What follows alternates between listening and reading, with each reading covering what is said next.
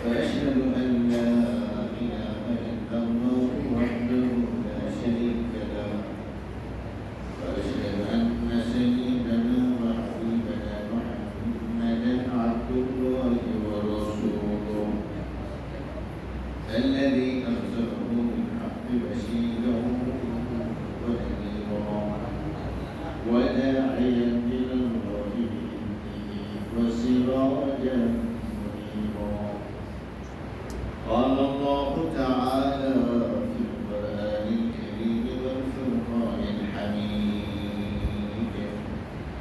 أعوذ بالله من الشيطان الرجيم. أولئك يجزون الغرفة بما صبروا ويلقون فيها تحية وسلاما خالدين فيها حسنت مستقرا ومقاما. اللهم صل وسلم وبارك على محمد وعلى آله وصحبه أجمعين. সম্মানিত দিনদার ইমানদার মুসলিম ভাইরা, মহান রবের হাজার কোটি শুকর যে তিনি আমাদেরকে আজকে এই সালাতুল জুমায় শামিল হওয়ার সুযোগ করে দিয়েছেন। কালিমাতুল শুকর আদায় করে পড়ছি আলহামদুলিল্লাহ। বিগত জুমার আগের জুমায় আমরা সবর নিয়ে কথা বলেছিলাম এবং বলেছিলাম এই সংক্রান্ত বিষয়ে পরবর্তীতে আরো কিছু কথা বলা হবে ইনশাআল্লাহ। আজকে আমি সবর নিয়ে আরো কিছু কথা আপনাদের সামনে সংক্ষেপে বলার চেষ্টা করব। আল্লাহ সুবহানাহু ওয়া তাআলা আমাদেরকে সাহায্য করুন। সবাই বলেন আমিন। সম্মানিত প্রিয় উপস্থিতি, বর্তমান পৃথিবীর অবস্থা আপনারা যারা সচেতন রয়েছেন তারা জানেন যে যতই সময় গড়াচ্ছে পৃথিবীর তাপমাত্রার বৃদ্ধি আমরা লক্ষ্য করতেছি। তাপমাত্রা কখন বাড়ে? যখন পাপের মাত্রা বেড়ে যায়। কিসের মাত্রা? তাপমাত্রার সাথে পাপ মাত্রার একটা সম্পর্ক আছে। এই পাপ যেমন ব্যক্তিগত জীবনের সাথে জড়িত, পারিবারিক জীবন, সামাজিক জীবন, রাষ্ট্রীয় জীবন, অর্থনৈতিক জীবন, সামগ্রিকভাবে পাপের পরিণতি হল তাপমাত্রার বৃদ্ধি। মানব ইতিহাসের সবচেয়ে নিকৃষ্ট সম্প্রদায় হলো ইহুদি সম্প্রদায়। বর্তমানে যারা আছে এই জালিম ইহুদি সম্প্রদায়, তাদের ব্যাপারে গতকালকে আমেরিকাতে একটা ভোটাভুটি হয়েছে, একটা আইন পাস হতে যাচ্ছে যে তাদের ব্যাপারে, তাদের রাষ্ট্রের ব্যাপারে, তাদের ধর্মের ব্যাপারে কোনো কথা বলা যাবে না। এটাই আইন এবং এটাই তাদেরকে মানতে হবে। হ্যাঁ, এই জুলুম শুধু আমেরিকাতে হচ্ছে না, সব জায়গায় হচ্ছে। মানে অন্যায়কেই মানতে হবে, অন্যায়কে মানতে হবে। বাংলাদেশের সাবেক একজন এমপি, ওই যে মাথার যে চুল টুল নাই, যে কি নাম জানো? মুরাদ। ভদ্রলোক মাহিয়া মাহিকে আঁকা আমার প্রোগ্রাম করার জন্য আসতে বলেছি। ভদ্র মহিলা আসতে রাজি হচ্ছে না, র্যাবের কথা বলেছে, পুলিশের কথা বলেছে, হ্যাঁ, আইন শৃঙ্খলা বাহিনী ধমক দিয়েছে, তাদের সহযোগিতায় তাকে আনা হবে, তার সাথে অবতরণ করা হবে। এই জাতি কি সেটা জানেনি? এরপরে এই মুরাদ দেশ থেকে জন্য চেষ্টা করেছে, যেখানে গেছে সেখানে তাকে প্রতিহত করা হয়েছে। বাংলাদেশে ফিরে এসেছে, তাকে কি অ্যারেস্ট করা হয়েছে? তাকে অ্যারেস্ট করা হয়নি। কিন্তু বিবাহিত স্ত্রীকে নিয়ে থাকার কারণে একজন আলেমকে 3 বছর পর্যন্ত টানা জেলে থাকতে হয়েছে।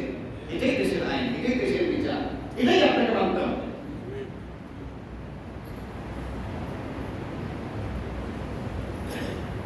শুভবুদ্ধির উদয় যদি এখন না হয়, হবে, সময় মতো হবে, সময় মতো হবে, যখন আর কিছুই করতে পারবেন না, সবকিছু যখন হাত ছাড়া হয়ে যাবে, তখন প্রকাশ্যে বিবাদক একটা মুসলিম কান্ট্রিতে একজন এমপি মন্ত্রী থাকা অবস্থা প্রকাশ্যে বিবাদক এসে ঘুরে বেড়াচ্ছে যেন দেশটা রাম রাজ্য হয়ে গেছে।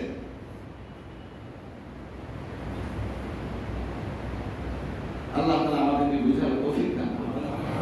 অবাক হলাম গতকালকে আমেরিকার এই আইনের কথা শুনে, যারা আমাদেরকে মানবাধিকারের কথা বলে, যারা আমাদেরকে গণতন্ত্রের কথা বলে, যারা আমাদেরকে কর্ম সহিষ্ণুতার কথা বলে, যারা আমাদেরকে অসাম্প্রদায়িকতার স্লোগান শেখায়, তারাই দেশের মধ্যে আইন করে পৃথিবীর সবচেয়ে বড় জালিম ইসরায়েল রাষ্ট্রের বিরুদ্ধে কোনো কথা বলা যাবে না, তাদের অন্যায় অপকর্মের বিরুদ্ধে কোনো আওয়াজ তোলা যাবে না।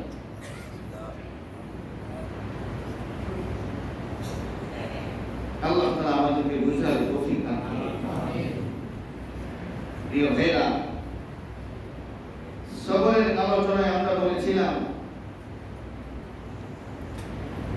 সবর হলো মুমিন জীবনের শ্রেষ্ঠ একটি সম্পদ এবং নিয়ামত। এই যে কষ্টকর কথাগুলো আমরা দেখি, প্রত্যক্ষ করি, আমাদের ব্যথা লাগে না? এই ব্যথা থাকার পরেও সবর করা, আল্লাহর জন্য নিজেকে সংবরণ করা, কষ্ট লাগার পরেও আল্লাহর পক্ষ ত্যাগ না করা, এই জন্য কি কষ্ট করতে হয় না? এই নাম হলো সবর। এই সবরের গুণে আমাদেরকে গুণান্বিত হওয়ার জন্য ইসলাম আমাদেরকে নির্দেশ করেছে। সেদিনের আলোচনায় আমরা বলেছিলাম ইসলাম হলো একটা পূর্ণাঙ্গ জীবন ব্যবস্থা। এই পূর্ণাঙ্গ জীবন ব্যবস্থার মধ্যে যেমন আকীদা তথা বিশ্বাসগত বিষয় রয়েছে, তেমনি ইবাদত, সালাত, সিয়াম, হজ, যাকাতের কথা এসেছে, তেমনি মুআমালাত, মুআশারাত, কি খাবো, কি খাবো না, কি করবো, কি করবো না, আমাদের বিভিন্ন অনুষ্ঠানাতে কিভাবে হবে, কিভাবে হবে না, আমাদের ব্যবসা বাণিজ্য কিভাবে হবে, কিভাবে হবে না, আমাদের লেনদেন, এই সবগুলো, এটা হলো মুআমালা, মুআশারা,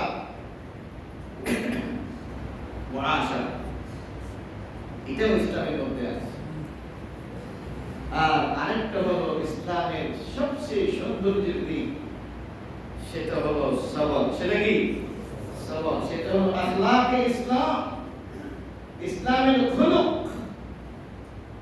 এটাকে বলা হয় আল আখলাক আল মাহমুদা, প্রশংসনীয় চরিত্র। এই গুণেও মুমিন এবং মুসলিমরা গুণান্বিত হবে। এই প্রশংসনীয় চরিত্র সমূহের মধ্যে একটা নাম হলো সবর। একটা নাম কি? সবর। আল্লাহ তাআলা আমাদের প্রত্যেককে সবরের গুণে গুণান্বিত হওয়ার তৌফিক দান করুন। যারা সবর করে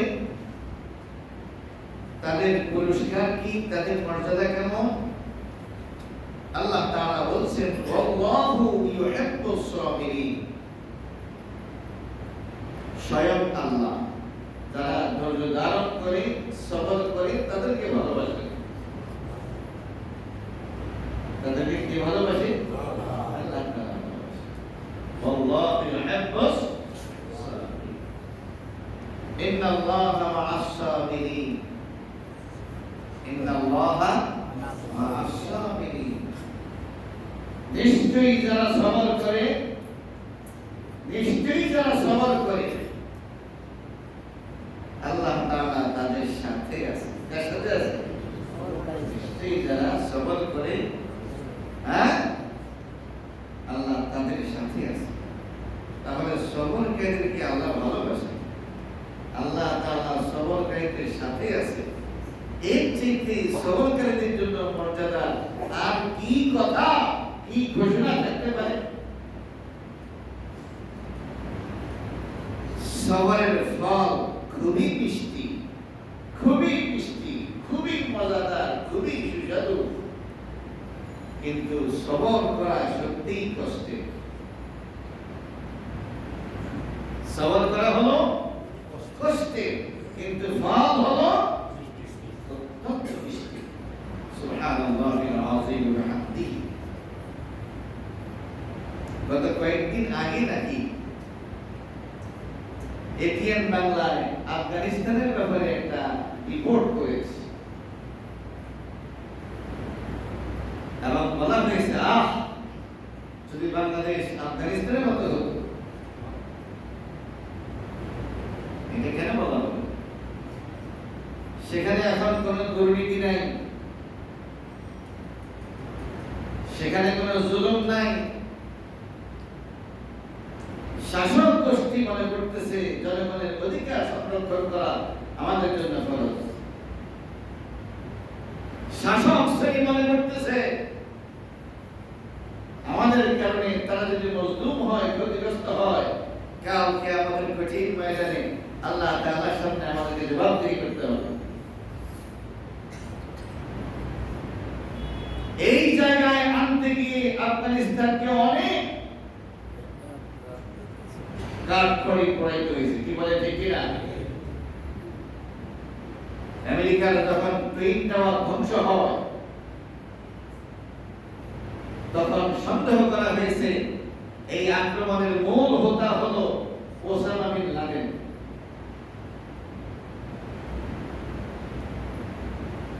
তৎকালীন আমেরিকার প্রেসিডেন্ট বলেছে তাকে আমাদের হাতে তুলে দাও, অন্যথায় এক সপ্তাহের মধ্যে আফগানিস্তানকে মাটির সাথে মিশিয়ে দেব। তখন আফগানিস্তানের ক্ষমতায় ছিল তালেবান সরকার। সেই সরকারের প্রধান ছিলেন মোল্লা ওমর। উনি বলেছেন ওসামা বিন লাদেন হলো আল্লাহর মেহমান। আর যারা আল্লাহর মেহমানকে আশ্রয় দেয় তাদেরকে সাহায্য করার দায়িত্ব আল্লাহ। আমি এটা দেখতে চাই আল্লাহর ওয়াদা সত্য নাকি আমেরিকার ওয়াদা সত্য।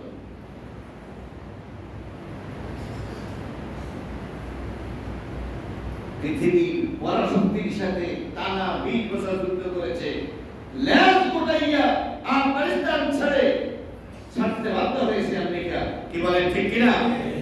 সেই কোরবানি, সেই শাহাদাত, সেই রক্তদান, সেই স্যাক্রিফাইসের বদৌলতে আজকে আল্লাহ তাআলা পৃথিবীতে একটা পিওর ইসলামিক রাষ্ট্র প্রদান করেছেন। কি বলেন, ঠিক কিনা? তাহলে এই মিষ্টি ফল পাওয়ার জন্য কষ্ট করার দরকার হয়েছে নাকি হয় নাই? তালেবান এই শব্দ ব্যবহার করাই তো ছিল পাপের একটা কারণ।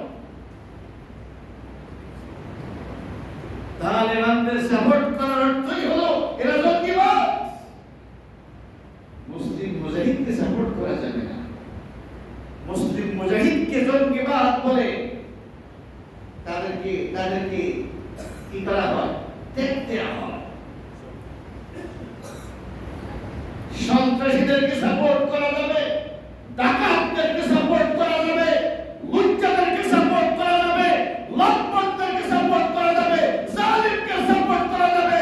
ইসলাম আর ইসলামী আন্দোলনকে প্রতিষ্ঠা করার জন্য যারা ময়দানে ঝাঁপিয়ে পড়বে, সেই সমস্ত শ্রেষ্ঠ সন্তান মুজাহিদদেরকে সাপোর্ট করলে ওরা হয়ে যাবে জঙ্গি, ওরা হয়ে যাবে সমাজের নিকৃষ্ট মানুষ। বিনা বিচারে তাদেরকে ফাঁসি দেওয়া যাবে, জেলে রাখা যাবে, খুন করা যাবে, কোনো সমস্যা নেই।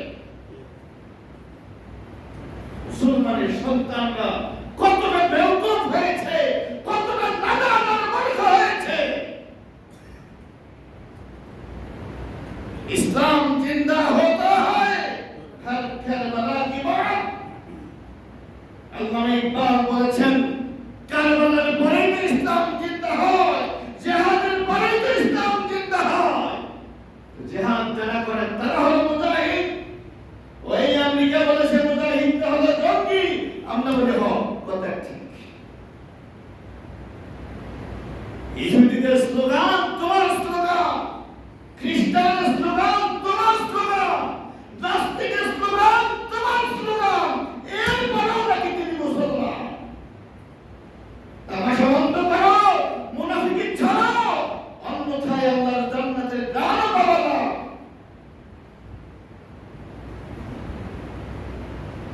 আল্লাহ তাআলা আমাদেরকে বোঝার তৌফিক দান করুন। নিজের ব্যক্তির সৌন্দর্য বৃদ্ধির জন্য সবরের কোনো বিকল্প নাই। পারিবারিক সৌন্দর্য বৃদ্ধির জন্য সবরের বিকল্প নাই। সমাজে ইসলাম আনতে গেলে সবরের বিকল্প নাই। রাষ্ট্রে ইসলাম আনতে গেলে সবরের বিকল্প নাই।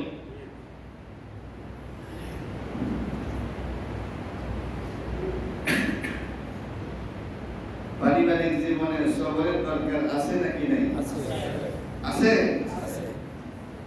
কত মাসালা যে আসতে আছে। কিসে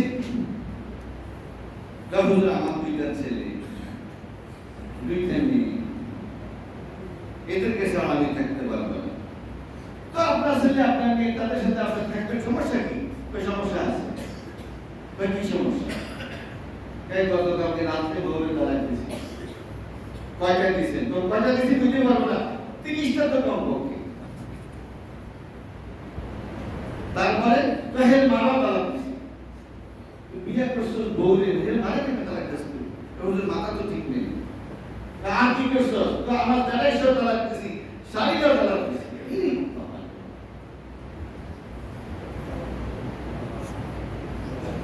এরকম আছে নাকি নেই? আছে। এরকম মাথা গরম করে সংসার করা যায়? হ্যাঁ, মাথা গরম করে সংসার করা যায়। তাহলে এখানে ধৈর্যের দরকার আছে নাকি নেই? সবরের দরকার আছে নাকি নেই? আছে। এখন বউ রশি হলো 3টা, তুই 3টা কাটছস। এখন এই বউর সাথে তো সম্পর্ক সারা জীবনের জন্য আলাপ করে দিছস। এখন কাটাকাটি করলে হবে কি? এই রশিটার দায়িত্ব আল্লাহ তাআলা তোর কাছে দিয়েছে, এই রশিটা তুই সংরক্ষণ করবি। তোর রশি তুই কাটি ফেলাইছস, এখন হুজুর কি করবে? হুজুর কিছু করার আছে? 3টা জিনিস শক্ত করে বললেও শক্ত হয়, ফাইজলামি করে বললেও শক্ত হয়। সালাসুন জাদ্দুহুন্না জাদ্দুন হাজলুহুন্না জাদ্দুন। আল্লাহর নবী সাল্লাল্লাহু আলাইহি ওয়াসাল্লাম বলেছেন, 3টা জিনিস ইকরামি করে কইলেও কিন্তু হয়ে যায়, শক্ত করে বললেও কিন্তু হয়ে যায়। আমাদের এক উস্তাদ বললেন যে গল্পের ছলে ইসলাম শেখানো। কিসের ছলে? গল্পের ছলে ইসলাম শেখানো। কি? যে একটা মহিলা এরকম গাছতলায় বসে আছে, একটা পুরুষ আসলো, এসে জিজ্ঞেস করলো, কি সেতারা তুই এখানে কি করিস? বলে যে না, এমনি বসে আছি, যদি কাউকে পাই স্বামী হিসেবে গ্রহণ করি। আমাকে গ্রহণ করো। তাই করলাম। দুজন খুশ গল্প করতেছে,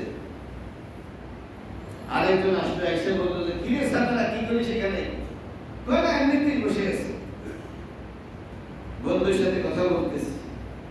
আর যদি কাউকে পাই স্বামী হিসেবে গ্রহণ করি, তাহলে আমারে করো, তো হ্যাঁ করলাম। কয়জন মিলে করছে? এরপরে থার্ড আরেকজন আসলো, আইসা জিজ্ঞেস করলো কিরে ছাত্ররা কি করিস গাছতলায় বসে বসে, পুকুর পাড়ে বসে কি করিস? বলো যে না এমনিতেই বসে আছি, বন্ধুদের সাথে কথা বলতেছি, আর কাউকে যদি পাই উপযুক্ত স্বামী হিসেবে পছন্দ হয় তাকে বিয়ে করবো, তো আমারে করো, হ্যাঁ তোমার বিয়ে করবো। এই গল্পের পরে শেষে লেখা হয়েছে সে তো তিনজনকেই বিয়ে করলো, বিয়ে আসলে কার সাথে হলো? প্রথমটার সাথে বিয়ে হয়নি, কারণ কোন সাক্ষী নেই, সাক্ষী ছাড়া যেটা এটা হলো ব্যভিচার। এটা কি? এই জন্য ইসলাম সাক্ষীকে ফরজ করেছে। বিয়ের জন্য প্রস্তাব এটা আছে, বিয়ের জন্য কবুল এটাও আছে, কিন্তু কি নাই? সাক্ষী নেই। দ্বিতীয় জনের সাথে বিয়ে হয় নাই, কারণ সাক্ষী আছে একজন। সাক্ষী কয়জন? একজনের সাক্ষীতে বিয়ে হয় না, একজনের সাক্ষীতে যদি বিয়ে হয় এটাও ব্যভিচার। তাহলে এরা দুইজন উপস্থিত, এই মুহূর্তে তৃতীয় জন আসলো আর দুষ্টামি ইচ্ছাতে বললো আমাকে তুমি স্বামী হিসাবে গ্রহণ করো, সে বললো করলাম। এই যে ডং কইরা কথাটা কইলো, দুষ্টামি কইরা কথা কইলো, গল্পের ছলে কথা বললো, বিয়ে হয়ে গেছে। আমার এরা দুজন স্বামী এবং স্ত্রী। কথা কি বুঝে আসছে? কারণ এই যা প্রস্তাব আছে, কবুল আছে এবং সাক্ষীও আছে। এই জন্য আল্লাহ নবী সাল্লাল্লাহু আলাইহি ওয়াসাল্লাম বলেছেন তিনটা জিনিস দুষ্টামি করে বললো এটা কিন্তু দুষ্টামি না, এটা বাস্তব। আরেকটা হলো তালাক, আরেকটা কি? তালাক। হাসির ছলে, দুষ্টামির ছলে, যেই ছলেই আপনি স্ত্রীকে তালাক করবেন এটা কিন্তু তালাক হয়ে যাবে। যে হুজুর আমার তো ইচ্ছা ছিল না, ও আমার তো খেয়াল ছিল না, এমনি ডং করতে করতে একটা পর্যায়ে বলে ফেলাইছি, এখন তোমাকে ডগের খেসারত দিতে হবে। ইসলামের নবী মুহাম্মদুর রাসূলুল্লাহ সাল্লাল্লাহু আলাইহি ওয়াসাল্লাম বলেছেন তালাবুল ইলমি ফরিদাতুন আলা কুল্লি মুসলিম, প্রত্যেকটি মুসলিমের উপর জ্ঞান অর্জন করা ফরজ। কি অর্জন করা ফরজ? তাহলে যে ব্যক্তি বিয়ে করবে, বিয়ে সম্পর্কে জানা তার জন্য ফরজ। যে ব্যক্তি তালাক দেবে, তালাক সম্পর্কে জানা তার জন্য। যে ব্যক্তি ওযু করে তাকে জানতে হবে কি কি কাজ করলে, কি কি কাজ করলে, কি কি কাজ করলে ওযু ভেঙে যায়, জানতে হবে না?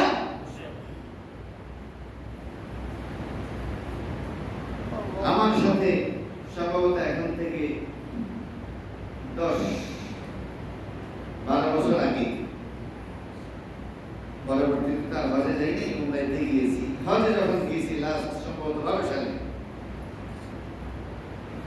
তখন আমার যারা হাজিদের মধ্যে যারা আমার রুমমেট ছিল, ওনারা আমার কাছে একটা ক্লেম, একটা অভিযোগ দিলেন যে একজন হাজির ব্যাপারে যে উনি বিনা ওযুতে নামাজ পড়েন। আমি কথাটা বিশ্বাস করিনি এই জন্য যে লাখ লাখ টাকা খরচ করে এখানে আসবে, এটা তো তামাশা করার কোনো ব্যাপার না। আমার ধারণা হলো পুরাদের কাম হলো আরেক পুরার বিরুদ্ধে লাগা, এই আলটা আলটি হজে গেলেও কিন্তু থাকে, একজন আলোচনকে দেখতে পারে না। আমি বিষয়টা বিশ্বাস করি নাই, এটা বুড়াদের কথা বিশ্বাস করে না, হয়তো লোকটা আওয়াজ হয়েছে বলতেছে এই লোকটা বাদ দিয়া হয়েছে, এরকম আমার ধারণা হলে বলতে পারে। নরসিংদী শহরের অন্যতম সারা একজন ব্যবসায়ী, অনেকগুলো হাইলাইট বিল্ডিং তার আছে। শুধু এতই বললাম, নামটা বললাম না, যেহেতু রেকর্ড হচ্ছে, কখনো নামটাও তার কাছে চলে যাবে। আমি একদিন দেখলাম যে সম্ভবত আসরের নামাজের জন্য আমরা যাবো প্রস্তুত। ওই অভিযুক্ত ব্যক্তি যার ব্যাপারে অভিযোগ করা হয়েছে তিনি দেখলাম যে টয়লেট থেকে বের হলেন একেবারে শুটেড বুটেড হয়ে। আমি বললাম যে আপনি টয়লেট থেকে বের হয়ে ওযু করলেন না? ওযু তো আগেই করছে, এখন কি করছেন? এখন পেশাব করছে। ঘটনাটা আমার সামনে, আমার সাথে ঘটনা। আগে অভিযোগ শুনেছি, বিশ্বাস করিনি, এখন এটা আমার সাথে ঘটনা। উনি ওযু করেছেন গোসল করার সময়, এরপরে তিনি শুটেড বুটেড সুন্দর করে পরিপাটি হয়েছেন, হারাম যদি হয়ে যাবে নামাজ পড়বেন। যাওয়ার আগে তার পেশাবের দরকার হলো, বাথরুমে গেলেন, পেশাব করলেন। এখন তিনি আবার গিয়ে হারাম শরীফে গিয়ে নামাজ পড়বেন। এই যে পেশাব করলেন, এতে যে ওযু যায় এটা ওনার জানাই নেই। সারা জীবন টাকা পয়সা বাড়ি গাড়ি খালি এটার পিছনে সময় কাটাইছে। 2-5 দিন যদি তোর দিকে সময় দিত তাহলে তো অন্তত জানতে পারতো যেই সমস্ত কারণে ওযু নষ্ট হয়। মাদ্রাসায় আমি নাই পড়েছে, হুজুরদের সাথে কিছুদিন থাকতো, বসতো, দাসতে থাকতো, কখন না কোনো আলোচনায় এরকম কথা আসতো। হতে পারে জীবনের জন্য নামাজ পড়েনি, কারণ নামাজ পড়তে তো অনেক সময় লাগে, ততক্ষণে তো একটা দোকান উনি ভিজিট করতে পারে।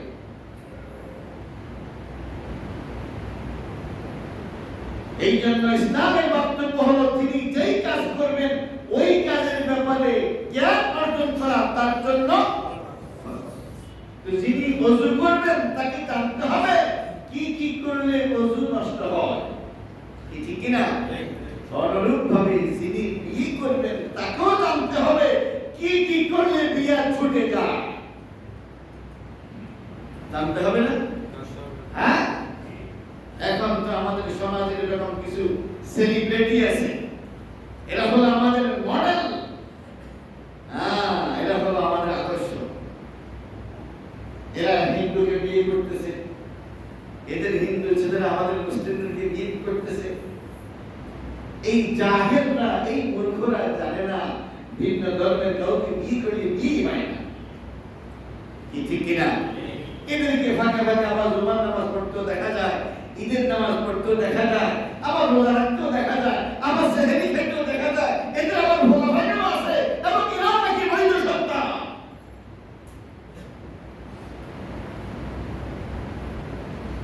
আল্লাহ আমাদেরকে বুঝার তৌফিক দান করুন। আমাদের জাহালত, আমাদের মূর্খতা, ইসলাম সম্পর্কে না জানা আজকে আমাদেরকে কোথায় নিয়ে গিয়েছে।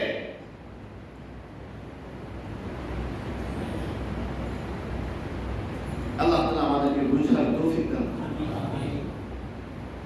প্রিয় ভাইরা, বলছিলাম জীবনের যে কোনো অঙ্গনে ইসলামের সৌন্দর্য যদি নিজের জীবনে ফুটে তুলতে হয় কি গুণ অর্জন করতে হবে?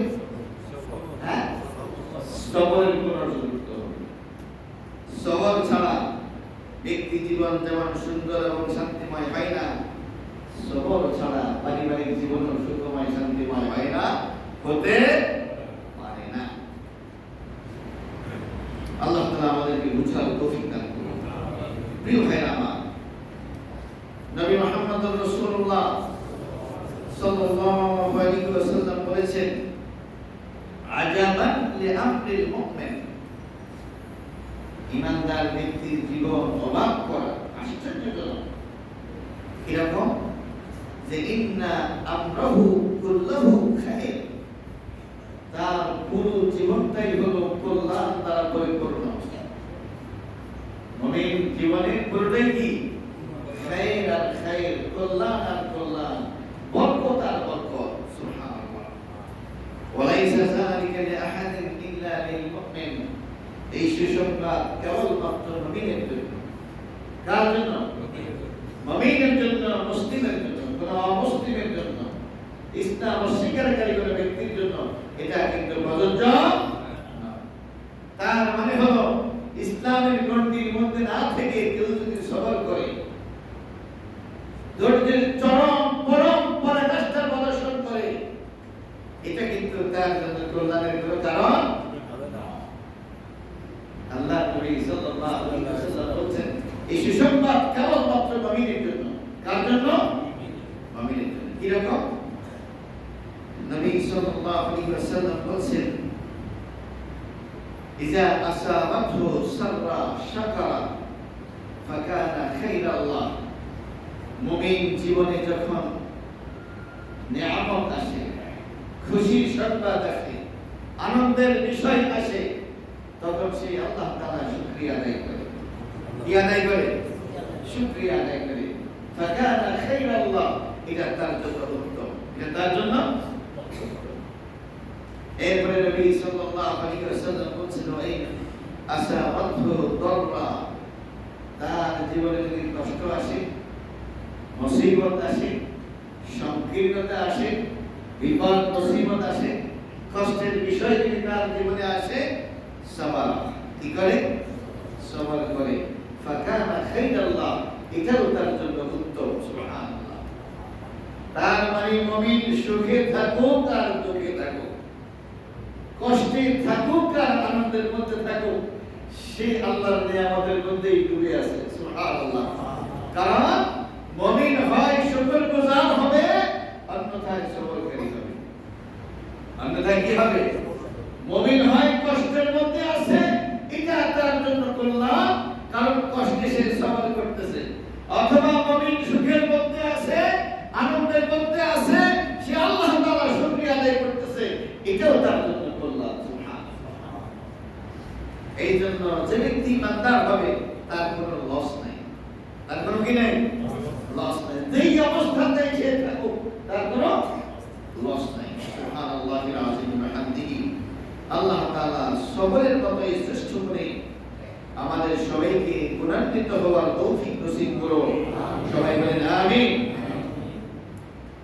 নবী মুহাম্মদুর রাসূলুল্লাহ সাল্লাল্লাহু আলাইহি ওয়াসাল্লাম বলেন, মা মিন আবদিন তুসিবুহু মুসিবাহ। কোন মুমিন ব্যক্তির জীবনে যদি কোনো মুসিবত আসে, ফায়াকুল, মুসিবত আসার পরে সে বলে, ইন্না লিল্লাহি ওয়া ইন্না ইলাইহি রাজিউন।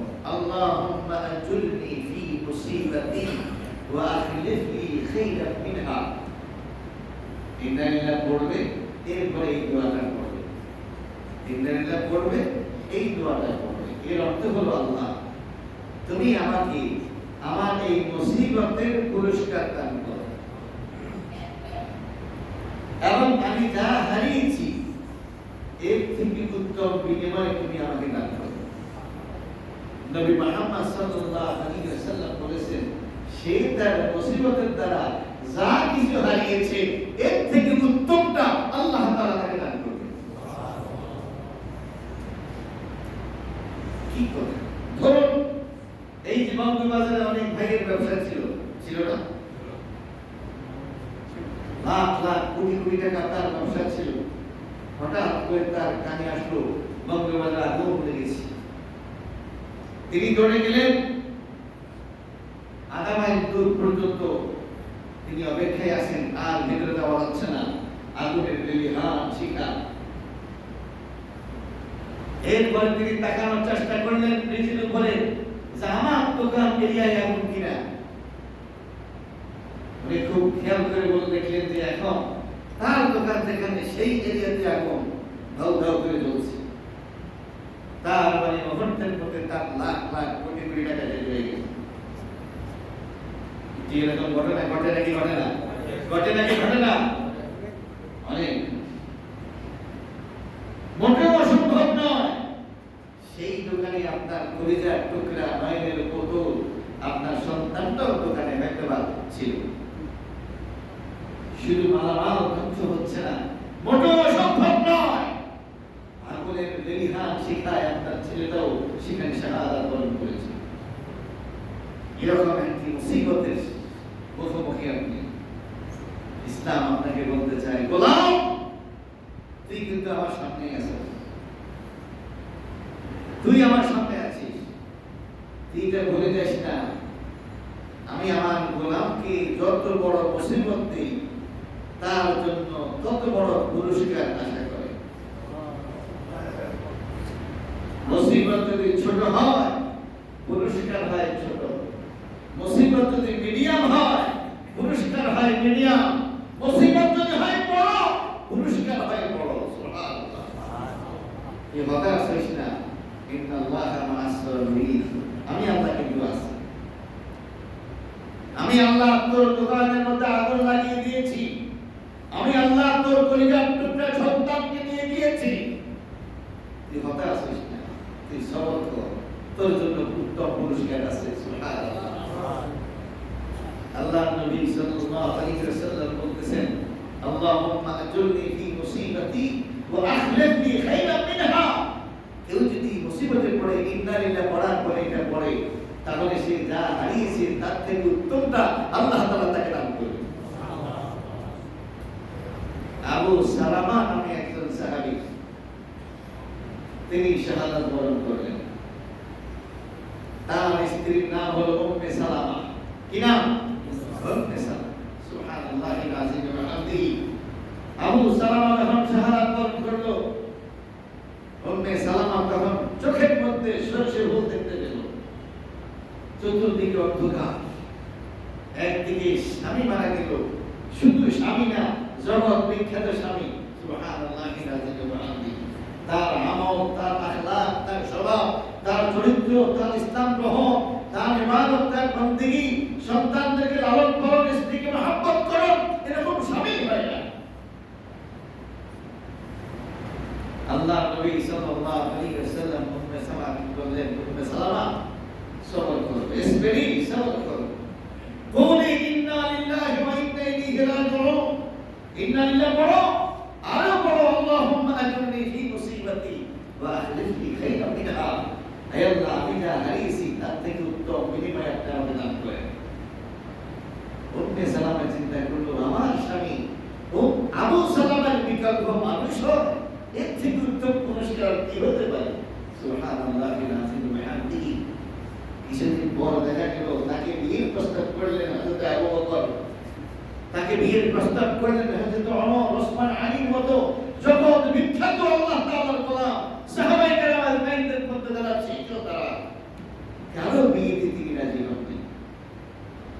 অবশেষে ইসলামের নবী মুহাম্মদুর রাসূলুল্লাহ সাল্লাল্লাহু আলাইহি ওয়াসাল্লাম নিজেই তাকে বিয়ের প্রস্তাব করলেন এবং তিনি আল্লাহ রাসূল সাল্লাল্লাহু আলাইহি ওয়াসাল্লামের সাথে পবিত্র বিবাহ বন্ধনে আবদ্ধ হলেন। কিয়ামত পর্যন্ত তিনি লাখ লাখ কোটি কোটি মুমিন এবং মুসলমানদের মা হয়ে গেলেন। সুবহানাল্লাহ। সুতরাং ভাইরা, আমাদের জীবনে অনেক বড় ছোট বড় বিপদ মুসিবত আসে নাকি আসে না? আসে।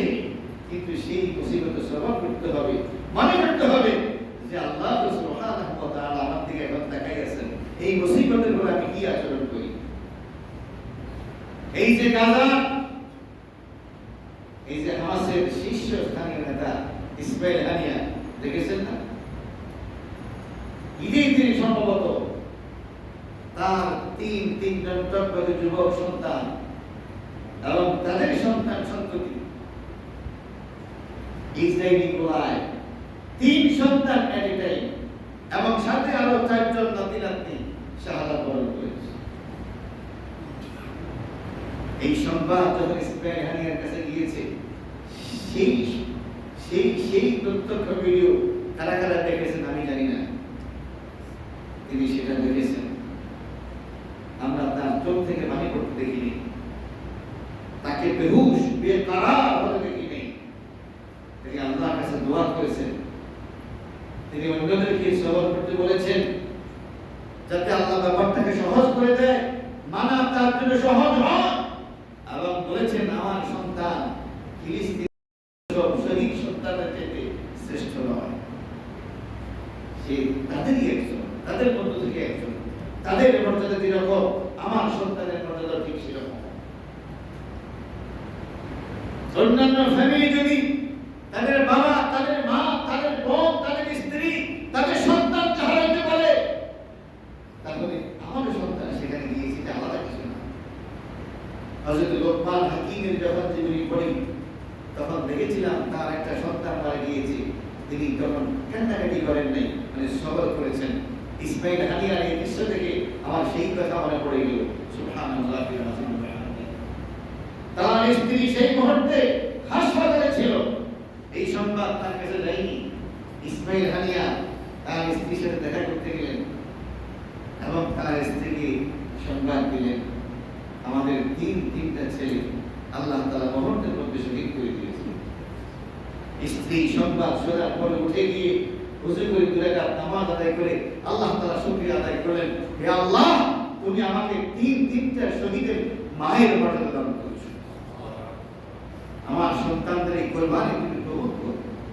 প্রিয় ভাইরা, যে কোনো ময়দানে সৌন্দর্য বিকাশের জন্য সবরের কোনো বিকল্প, এই সবরের কত মহান করে গুণান্বিত হওয়ার জন্য আল্লাহ তাআলা আমাদেরকে আদেশ করেছেন। আসুন, সময় যেহেতু শেষ, আল্লাহ তাআলা সুযোগ দিলে আবার এই বিষয়ে কথা বলবো। আল্লাহ তাআলা আমাদের প্রত্যেককে এই সবরের মতো মহান করে গুণান্বিত হয়ে জীবন অতিবাহিত করার তৌফিক নসিব করুন। আমিন।